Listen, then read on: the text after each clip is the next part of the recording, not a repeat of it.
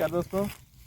आज नदियों की श्रृंखला में हम आपको लेके चलते हैं हिंडन नदी, जो कि शिवालिक पर्वतों से देहरादून की पहाड़ियों से निकलती है। आज हम आपको वहाँ लेके चलेंगे और दिखाएंगे हिंडन नदी और उसके आसपास की चीज़ों को, और कैसी है और किस स्थिति में है हमारी हिंडन नदी। हिंडन नदी के विषय में आज हम आपको पूरी जानकारी देंगे और आपको दिखाएंगे कि हिंडन नदी के आसपास और भी क्या क्या चीज़ें हैं। ठीक है दोस्तों, आपको लेके चलते हैं हिंडन नदी और उसके उद्गम स्थल पर। ठीक है, धन्यवाद दोस्तों।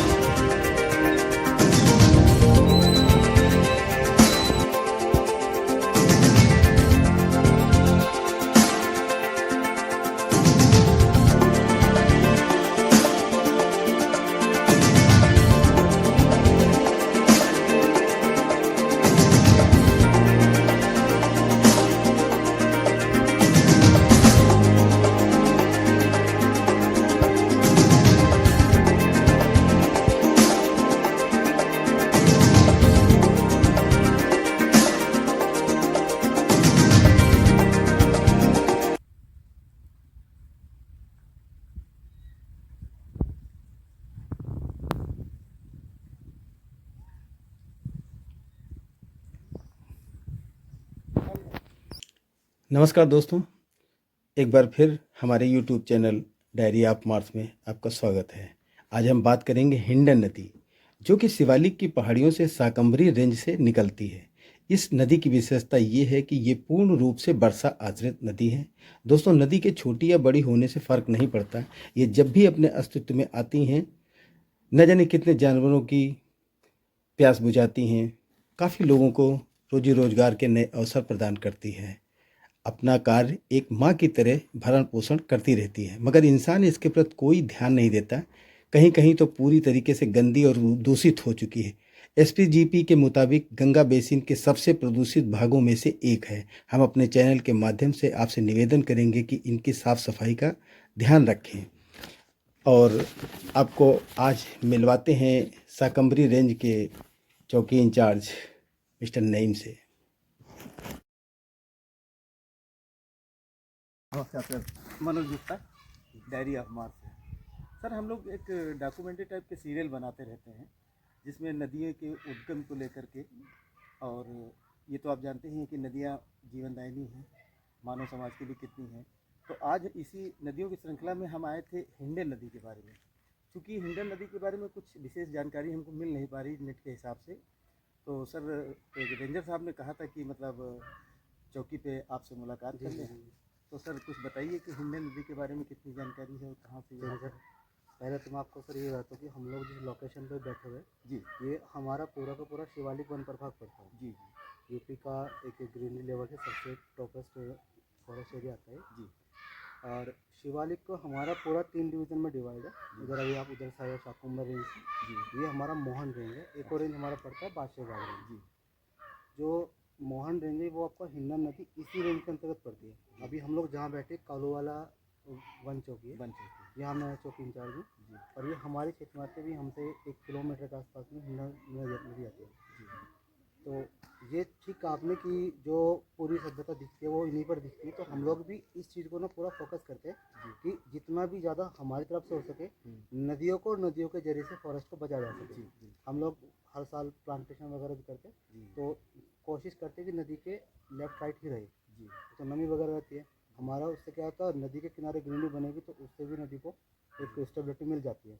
जी और हम लोग कई बार पैचिंग का काम भी करते हैं।